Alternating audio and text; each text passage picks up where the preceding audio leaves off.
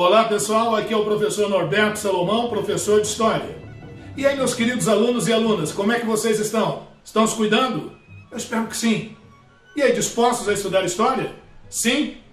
Muito bem, então vamos ver conceitos gerais sobre a República Romana. Vem comigo!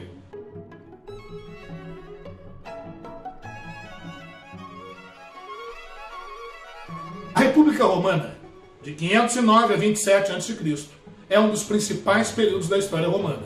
Isso porque foi marcada por eventos que levarão Roma a se transformar de uma pequena cidade-estado da região do Lácio no maior domínio da antiguidade, no maior domínio que uma estrutura antiga pôde constituir, o Império Romano. Muito bem, durante a República Romana, alguns pontos são fundamentais, e aí vai a minha dica para você. Nos seus estudos, vai estudar a República Romana, você vai se concentrar nesses principais pontos que eu vou destacar para você. Ponto número 1, o Senado Romano. O Senado foi a principal instituição da República Romana, a instituição mais poderosa da República Romana.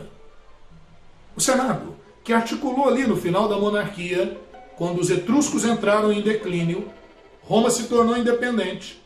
O Senado romano liderou a aristocracia romana a derrubar o último rei de Roma e a estabelecer a República, a res publica, o governo da coisa pública. Outro aspecto importante, o expansionismo romano. A República Romana marca o início do expansionismo romano. Podemos dividir em dois momentos. No início da República, o expansionismo dentro da Península Itálica a partir do domínio romano sobre as cidades da região do Lácio. Um segundo momento, a partir do século XIII, II a.C., quando Roma, ao vencer Cartago nas guerras púnicas, passa a dominar toda a orla do mar Mediterrâneo. Dois momentos da expansão romana durante a República. Outro aspecto importante. Nesse processo de expansão romano, quando Roma domina as cidades do Lácio e se torna líder da Liga Latina, aquelas cidades que são absorvidas por Roma, os habitantes daquelas cidades são colocados na condição de plebeus. E com o tempo, esses plebeus se tornam base fundamental para o comércio e para a estrutura militar romana e para a continuidade da expansão romana. Quando os plebeus percebem isso, e não têm direitos políticos nem sociais, quando eles percebem a sua importância, eles passam a exigir direitos. Os patrícios não quiseram ceder.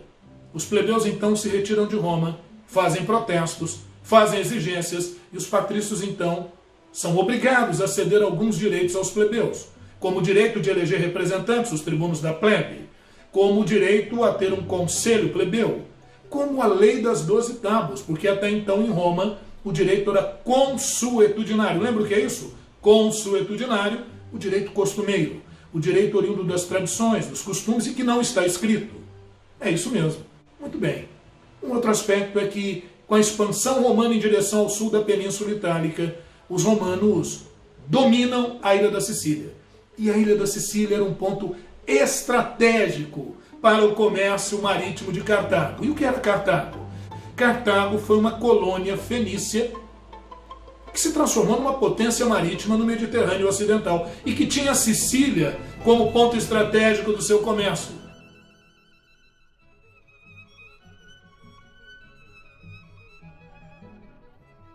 Então presta atenção no que eu vou te falar, exatamente com essas palavras aqui, ó. O expansionismo militar e territorial romano entrou em choque com o domínio marítimo comercial cartaginês. Vamos repetir? O expansionismo militar e territorial romano entrou em choque com o domínio marítimo comercial cartaginês. E aí não daria outra, né? Lembrando o velho dito popular, dois bicudos não se beijam. Então veio guerra. Na verdade, uma guerra dividida em 3 etapas, ou 3 guerras, ficaram conhecidas como Guerras Púnicas, de 264 a 146 a.C. Roma venceu Cartago nessas 3 guerras, destruiu Cartago, que não era comum Roma fazer, mas isso deveria servir de exemplo a outros povos que quisessem se opor ao domínio romano.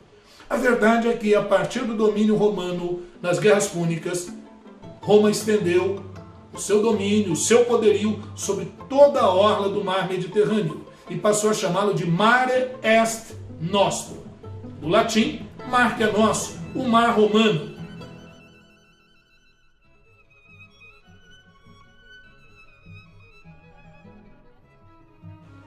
Finalmente, o nosso último ponto nessa nossa análise geral sobre a República. Essas conquistas romanas, esse domínio romano, ele foi positivo ou foi negativo? Bom, costumamos dizer que foi uma faca de dois gumes, porque teve elementos positivos, como o aumento das riquezas romanas, como o enriquecimento cultural e material de Roma, o aumento do exército, o aumento do número de escravos. Mas teve também aspectos negativos, como o aumento do número de latifúndios. Os pequenos e médios proprietários rurais perderam suas terras. Uma grande camada de miseráveis se desloca do campo para as cidades. O exército se torna cada vez mais heterogêneo, uma ameaça às estruturas romanas. Os escravos lutam por liberdade. E dentro da elite romana, com domínios assim tão estendidos, a corrupção começa a ganhar campo.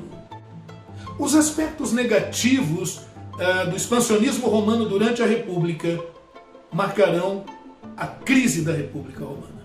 E como é que se sai dessa crise? Bom, depois de uma série de eventos, tudo culminou com uma centralização do poder nas mãos do sobrinho de Júlio César, nas mãos de Otávio, marcando a transição da República para a nova forma de governo, a transição da República para o Império Romano. É isso aí. O Império Romano foi uma forma de governo que se desenvolveu em virtude das profundas crises da República. E aí, o que você achou dessa geral sobre a República? Da gente destacar esses pontos fundamentais. Acredito que isso facilite muito seus estudos. Muito bem, não desanime, continue com seus estudos, com afinco, com dedicação, e até o nosso próximo encontro. Um abraço!